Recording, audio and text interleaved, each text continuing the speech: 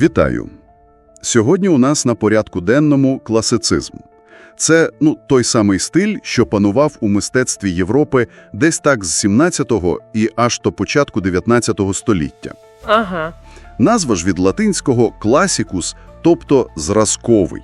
Ми от подивилися матеріали з енциклопедії історії України, з Вікіпедії, Так. і хочемо розібратися, що ж це за стиль такий, що прагнув до ідеалу, до античних зразків, і який слід він лишив, зокрема у нас в Україні. Власне, в цьому і вся суть. Орієнтація на античність. Греція, Рим – от де вони бачили, знаєте, вершину гармонії, досконалості. Тобто повернення до витоків, так би мовити. Саме так. І цікаво, що він же ж не виник на порожньому місці. Він вів такий собі діалог, а іноді й гостру суперечку з барокко, з його пишністю. Ага, контраст такий. Так, класицизм – це ставка на розум, на логіку, чіткі, зрозумілі форми. І звідси, до речі, типовий конфлікт для нього. Оця боротьба між особистим почуттям, пристрастю і, суспільним обов'язком, громадянським. І це ж одразу видно в літературі, правда? Згадується Аристотель, його поетика, це ж майже як Біблія для них стала. Точно. Звідси і оці правила, іноді дуже жорсткі, от як знамените правило 3 єдностей у театрі. Угу. Єдність місця, часу і дії. Все мало бути дуже сконцентровано. Так, одне місце, одна доба, одна сюжетна лінія. Ніяких відхилень. А ще ж була оця ієрархія жанрів. О, так, розкажіть детальніше. Були жанри високі. Це трагедія, епопея, ода. Вони, значить, для тем таких величних. Історія, міфологія, державні справи. А низькі? А низькі – це комедія, сатира, байка.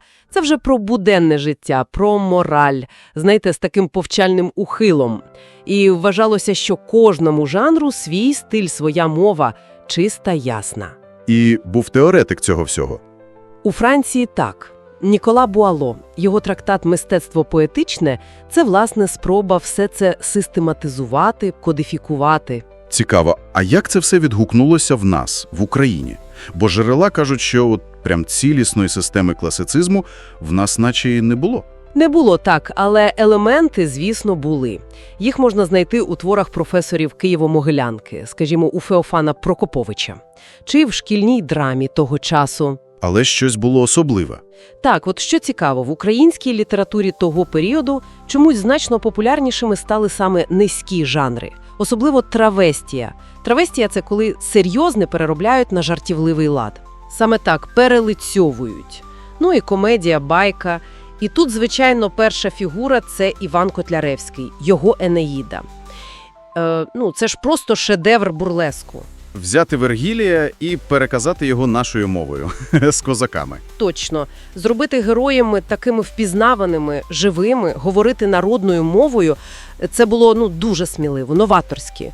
І Гулак Артемовський потім, і Квітка Основ'яненко – вони теж у цьому руслі працювали. Тобто, виходить, брали класичну форму, але наповнювали її абсолютно місцевим народним змістом. Дуже цікавий поворот. Ага. Добре, а архітектура, де, мабуть, прагнення до порядку і симетрії видно найкраще? О, так, безумовно. Симетрія, чіткі геометричні плани, обов'язково ордерна система, колони, капітелі, все за античними зразками. А звідки це прийшло?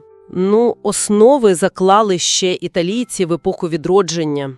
Андреа Палладіо, наприклад. Його стиль навіть виокремився палладіанством. А в Україну класицизм значною мірою прийшов через Петербург, через російську архітектурну школу. І якісь яскраві приклади в нас є? Джерела згадують багато? Є. І дуже знакові. Наприклад, парки. Софіївка в Умані, Олександрія в Білій церкві. Це ж спроба створити такий ідеальний гармонійний світ у мініатюрі. А в містах?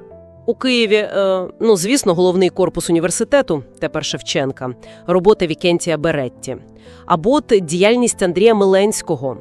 Він же після пожежі 1811 року фактично заново спланував весь Поділ. Оця чітка сітка вулиць, контрактова площа – це ж пряме втілення ідей порядку, раціональності. Буквально порядок на землі. А що з мистецтвом? Художники, скульптори теж оспівували розум, громадянські чесноти. А вже ж. Теми часто такі – героїчні, патріотичні. моралізаторські. У Франції Жак-Луї Давід, в Італії скульптор Антоніо Канова. А в нас? В Україні цікавий приклад Володимир Боровиковський. Він якось зумів поєднати оцей класицистичний портрет з рисами нашої традиційної парсуни, або скульптор Іван Мартос. Його пам'ятник Рішельє в Одесі – це ж символ міста, образ мудрого правителя. Але ж він, мабуть, не завжди був таким чистим, цей класицизм. Звісно, ні. Часто переплітався з залишками бароко, особливо на ранніх етапах. Зрозуміло. А музика? Як там ця ясність і структура проявилися? Найяскравіший приклад – Гайдн, Моцарт, Бетховен. Їхня музика – це просто взірець чіткої форми, логіки, балансу між почуттям і раціональною структурою. А українські імена? Максим Березовський, Дмитро Бортнянський. Вони здобули європейське визнання, працювали саме в цьому стилі, особливо в жанрі духовного хорового концерту. Дуже гармонійна, структурована музика. Слухайте, здається, що цей стиль такий ідеальний, прагнув до вічних зразків. Але чи не було тут якоїсь, небезпеки, зворотного боку? Був, звісно, і джерела про це говорять. Коли занадто суворо дотримуєшся правил, канонів, є ризик стати шаблонним, сухим, втратити індивідуальність. Тобто стати просто ремісником, але митцем. Певною мірою так. І оця орієнтація виключно на античність іноді означала, що сучасність просто ігнорували. І, власне, як реакція на оцю нормативність, на обмеженість класицизму, потім і виник романтизм. З його культом почуття, свободи. Так, індивідуального самовираження, повної протилежності. Отже, виходить, що класицизм – це не просто набір правил. Це ціла культурна епоха, яка намагалася впорядкувати світ за законами розуму, гармонії, дивлячись на античні ідеали. І цей пошук залишив нам величезні будівлі, струнки твори, ясну музику.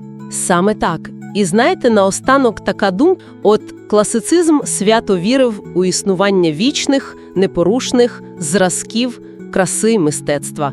А як ця віра співвідноситься з нашим сучасним уявленням про мистецтво, де панує ідея абсолютної свободи самовираження, де правил ніби й немає. І про що говорить ця зміна пріоритетів? Як змінилося наше бачення світу, культури? Дякую за увагу. Підтримайте канал на donatello.lili. Посилання під відео.